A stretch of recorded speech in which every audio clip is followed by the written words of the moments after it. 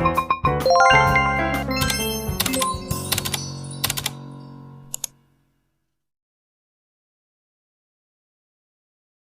morning mga kumars! Magandang buhay sa inyong lahat. Mga kumars, tayo'y magluluto ng vegetable na walang meat. No meat guys, nor mga kumars ko dyan.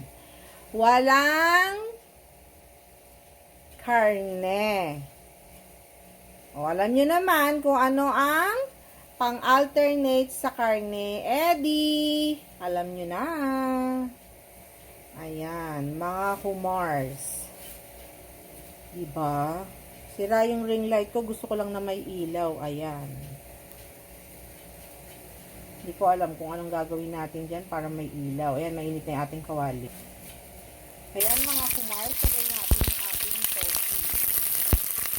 Ayan.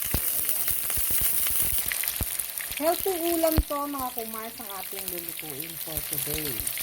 Kasi si Mr. ay diabetes, so ayaw niya ng makarne. So ang halo lang natin lahat, mga kumars, mga healthy na pangsangkap. Ayan. Ayaw niya ng meat. So nagsasawa na siguro siya, saka hindi maganda kasi sa mataas ang sugar pag puro meat. So maganda rin naman mag-fish kayo, or isda, vegetable, or gulay, magkarne, bihira. Yan, di ba? Yung kawali na yan, mga kumars, in order ko sa isang side. So, ano siya, matipid po sa mantika, kaya gusto ko siya laging nilulutuan. Ayan. Yung tofu, hindi natin masyadong isa-fried ng gusto, no? Kasi hindi naman natin gustong mag-fried at dry. So, tama lang na maprito siya ng konti.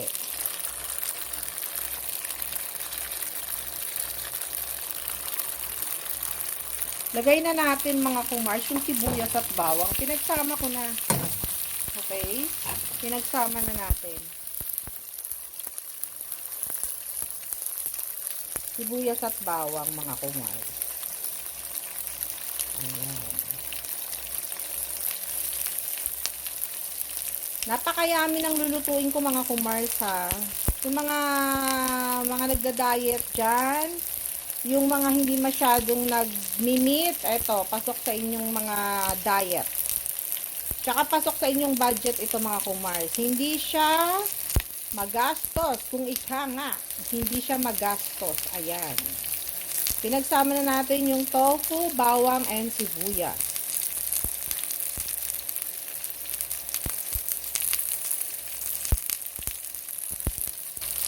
Sobrang bango, mga kumars. Sobrang bango.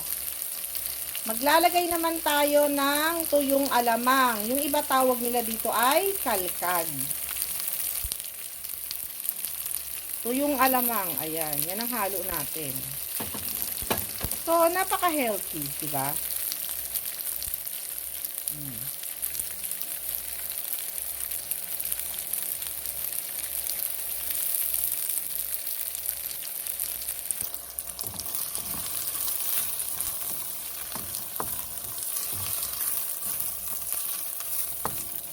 Ang bango niya, mga kumars. Napakabango, mga kumars.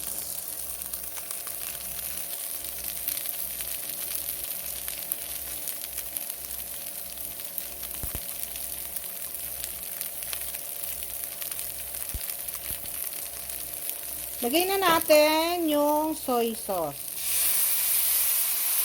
O, diba? Soy sauce.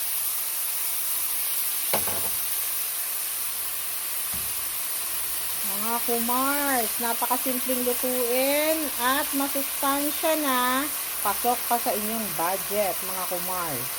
Mga kumars, lalagyan na natin ng konting water, ha. Water, konti lang. Para i-absorb ng tofu yung ating mga nilagay na ingredients. Yan. Mga kumars, lalagay na natin ng oyster sauce.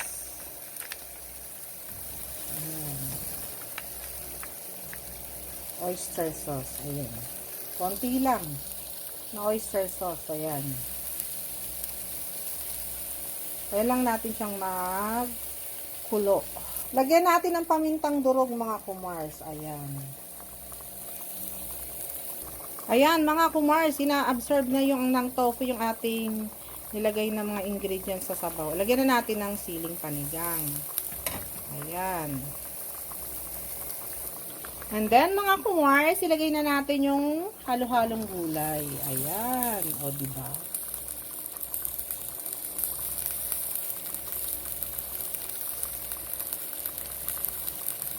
Isang balot lang po yan. Hindi na ako bumili ng mga yung ano ba tawag nun? Yung hiwa-hiwalay. Nakamix na binili ko guys na mga kumars na mga nakabalot na gulay. So piliin nyo lang kung sariwa or luma na. Huwag kayo bibili ng luma ha. Ayan. Hindi na natin tatakpan mga kumars. Ayan mga kumars. Napakabango. Looks yummy na. I-fold lang natin kumbaga.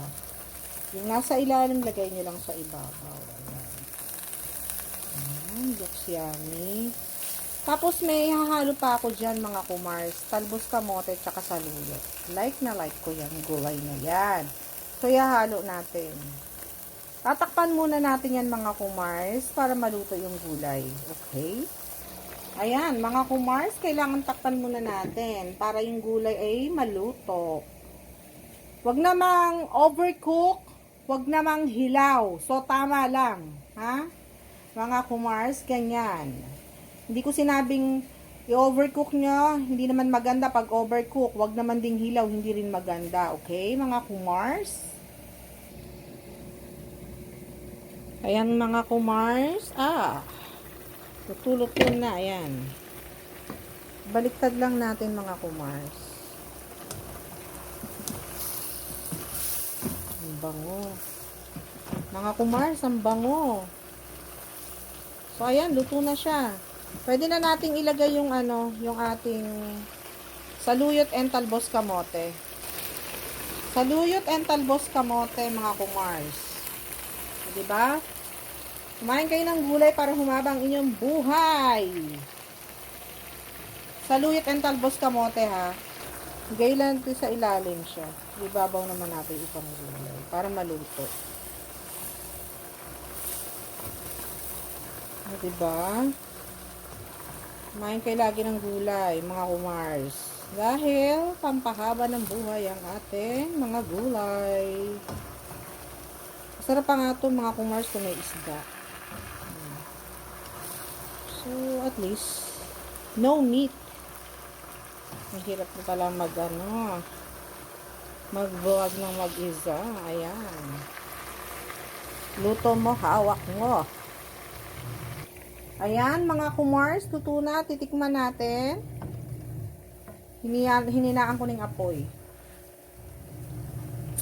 Sarap. Mga kumars, manamis-namis siya. Kaya try nyo yung ating recipe. Ayan lang. That's it for today's video. Bye!